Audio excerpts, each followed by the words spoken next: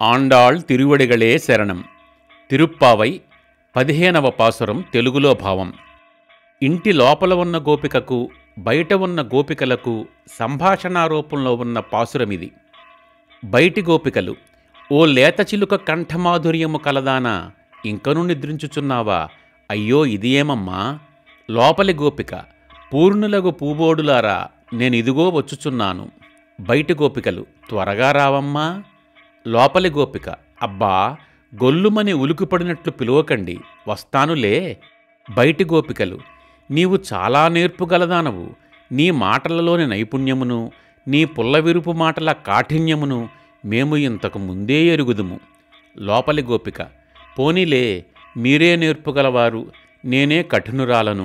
బయటి గోపికలు: నీకీ ప్రత్యేకత ఏమి, అలా ఏకాంతముగా ఉండేదివేళ, వేగముగా వెలికి రమ్ము. లోపలి గోపిక: అందరు గోపికలునూ వచ్చినారా?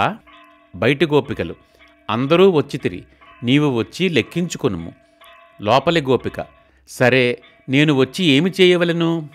బయటి గోపికలు: బలిష్టమగు కువలయాపీడము అను కంసుని ఏనుగును చంపినవాడును, శత్రువుల దర్పమును అణిచినవాడును, మాయావి అయిన శ్రీకృష్ణుని కీర్తిని గానము చేయుటకు రమ్ము. అట్లు చేసినగాని మన వ్రతము సఫలము కాదు అని ఆమెను కూడా తమ గోష్ఠిలోనికి చేర్చుకున్నారు. ఆండాళ్ తిరువడిగళే శరణం. దయచేసి ఈ వీడియోను లైక్ చేసి అందరితోనూ షేర్ చేయండి. ఛానల్ను సబ్స్క్రైబ్ చేసి గంట మీద నొక్కండి.